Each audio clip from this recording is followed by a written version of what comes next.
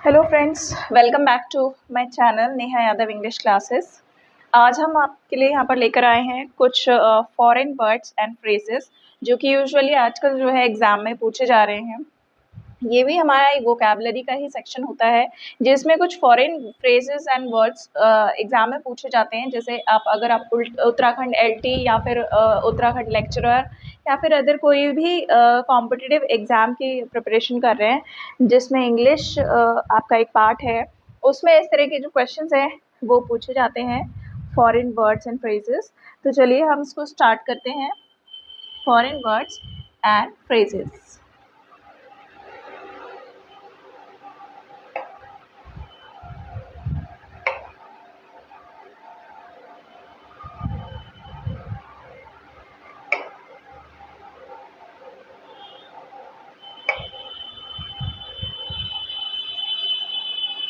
Foreign words and phrases.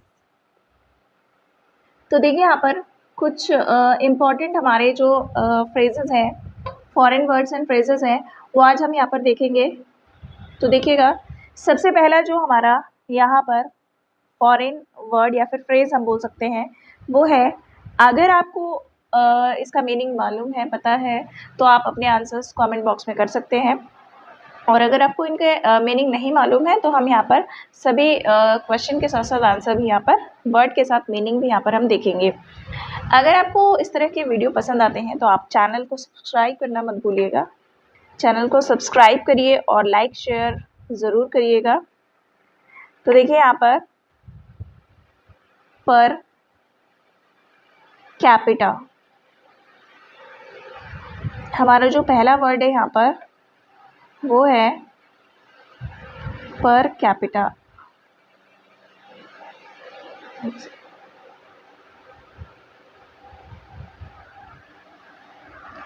तो देखिए यहाँ पर हमारा जो पहला वर्ड है वो है पर कैपिटा। पर कैपिटा का मतलब क्या होता है? What is the meaning of per capita? तो देखिए ये हमारा फॉरेन वर्ड है। पर कैपिटा का मतलब होता है, पर कैपिटा हम कब यूज़ करते हैं? पर कैपिटा हम यूज़ करते हैं जब हम पर हेड की बात करते हैं, पर हेड। ओके, जैसे मान लीजिए आप कहीं गए, तो कहीं घूमने गए, तो वहाँ पर आपने बोला कि पर हेड क्या चार्ज है, ठीक है, क्या एंट्री फीस है, या पर हेड एक पर्सन का आप कितना चार्ज करते हैं, कितने पैसे चार्ज करते हैं। तो यहाँ पर हम देखेंगे पर कैपिटा के लिए जो इंग्लिश मीनिंग है वो है पर हेड, ठीक है। तो यहाँ पर कैपिटा का मतलब हो गया पर हेड। अब हम देखते हैं यहाँ पर हमारा दूसरा फॉरेन वर्ड है हमारा,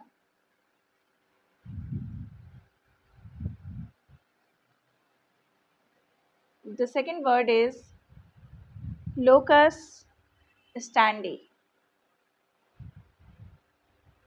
Locus standi. So what is the meaning of locus standi?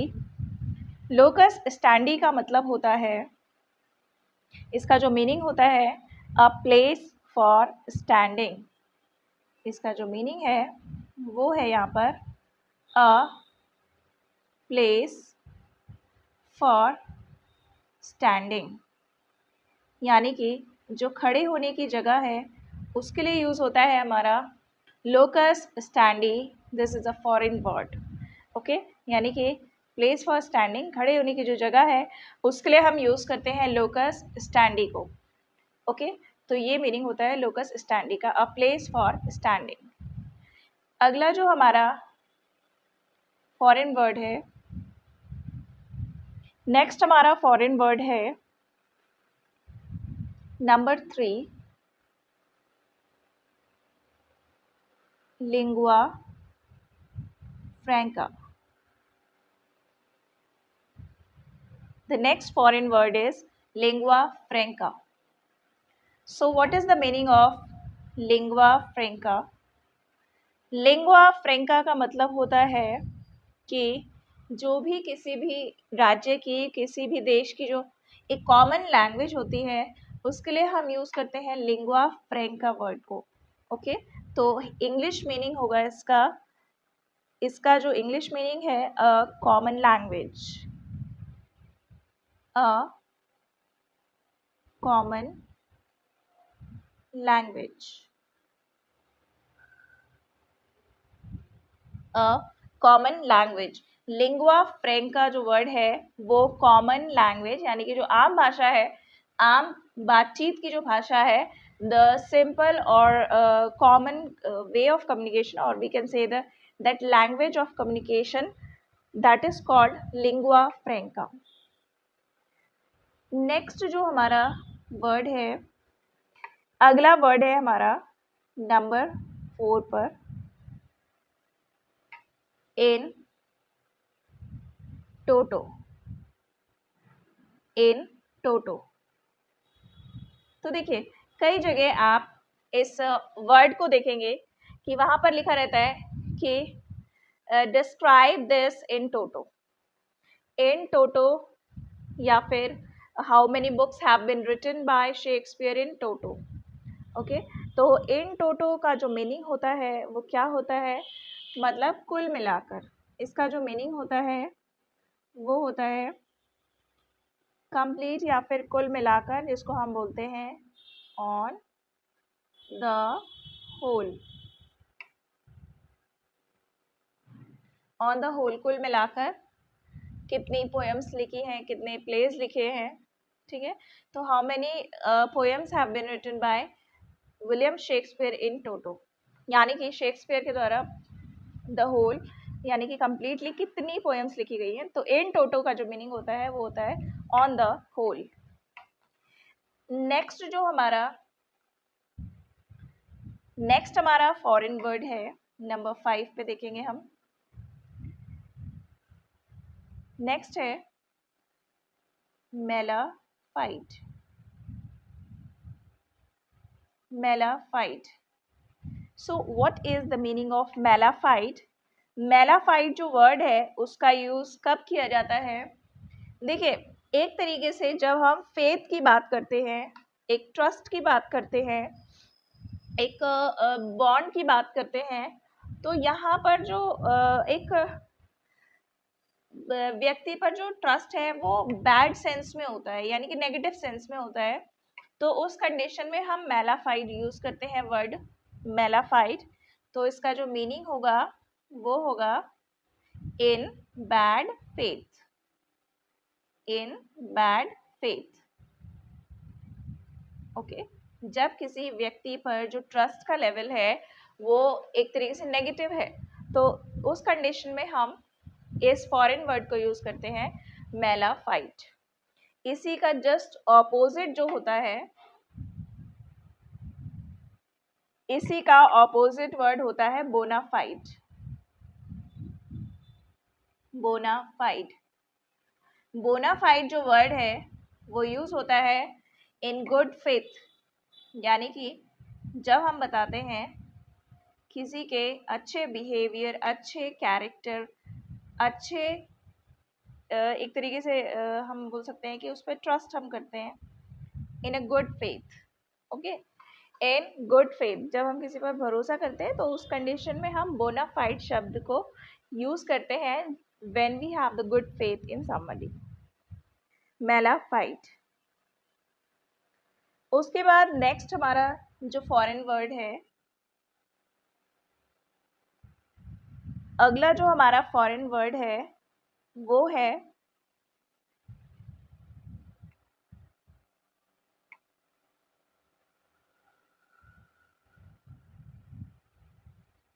Ad valorem,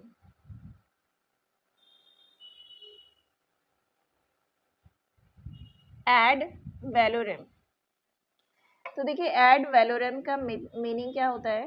तो एड वैलोरम जो वर्ड है वो यूज होता है आपका जब हम बात करते हैं according to the value, according to the value. जब हम बात करते हैं इस सेंस में अकॉर्डिंग टू द वैल्यू।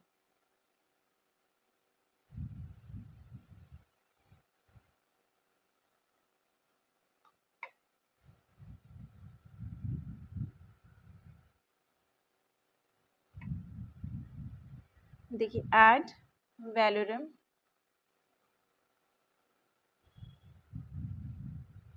इसका मीनिंग होता है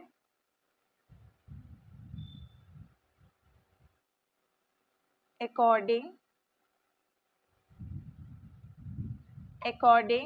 to the value, according to the value। जैसे आपने कहा for example if you say कि according to the value the cost of this house is 50 lakh rupees.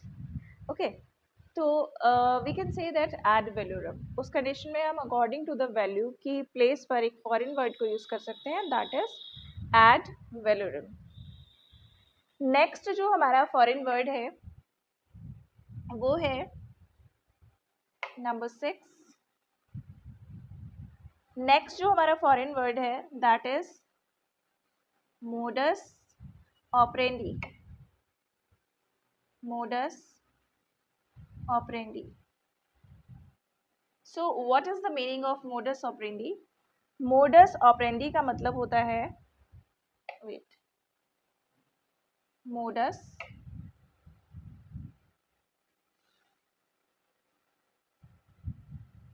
Modus operandi. Modus operandi का मतलब होता है जब हम बताते हैं कि इस काम को करने का तरीका क्या था, मैनर क्या था। ओके, तो उसके लिए हम यूज कर सकते हैं वर्ड मोडस ऑपरेंडी को। तो इसका मीनिंग हो जाएगा हमारा, इसका मीनिंग होगा मोड और manner of doing something, doing something, यानी कि किसी काम को करने का जो तरीका है, मेथड है, वो क्या है। इन दैट केस जैसे मान लीजिए मैंने आपसे पूछा कि आप जो काम करते हैं उस काम को करने का मेथड क्या है, मतलब तरीका क्या है, मोड क्या है, मैनर क्या है। तो I can say that what is the modus operandi of your work, okay, of your job, of your business, of your whatever you do. Okay, and next आता है हमारा, नेक्स्ट फॉरेन वर्ड है विस a विस। Vis a विस, vis a vis. So what is the meaning of vis a vis? देखिए, if we talk about the common language, so we always say face to face, आमने सामने। Okay, but यहाँ पर जब हम foreign language की बात करते हैं, फॉरेन वर्ड्स की बात करते हैं, in that case we use a term that is vis a विस। इसका मीनिंग वही होता है फेस टू फेस। ओके, इसका मतलब होता है face to face, face to face. Okay, so this is the meaning of vis a विस। एंड लास्ट आता है हमारा, लास्ट जो हमारा फॉरेन वर्ड है वो है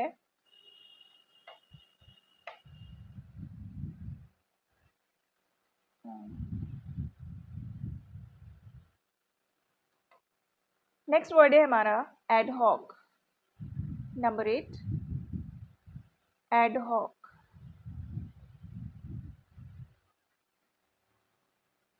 एडहॉक, एडहॉक वर्ड को हम कब यूज करते हैं? देखिए, एडहॉक जो वर्ड है उसका यूज कब किया जाता है, क्या उसका मीनिंग होता है? एडहॉक होता है फॉर सम पर्टिकुलर पर्पस।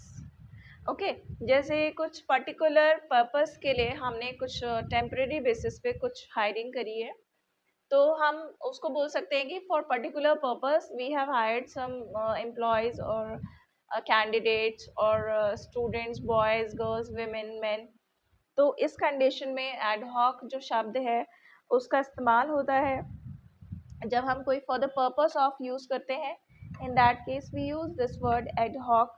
तो इसका जो मीनिंग हो जाएगा वो होगा यहाँ पर for the purpose, for the purpose, for the purpose।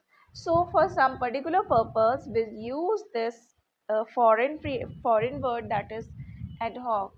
So these are some important foreign words. These are some words that are most important for your exam. तो must go through the complete video. And अगर आपको video पसंद आया है तो channel को subscribe करना मत भूलिएगा और चैनल को लाइक शेयर ज़रूर कीजिएगा अपने दोस्तों के साथ, और जो भी कंपटीशन की तैयारी कर रहे हैं उनके साथ भी आप इसको शेयर कर सकते हैं।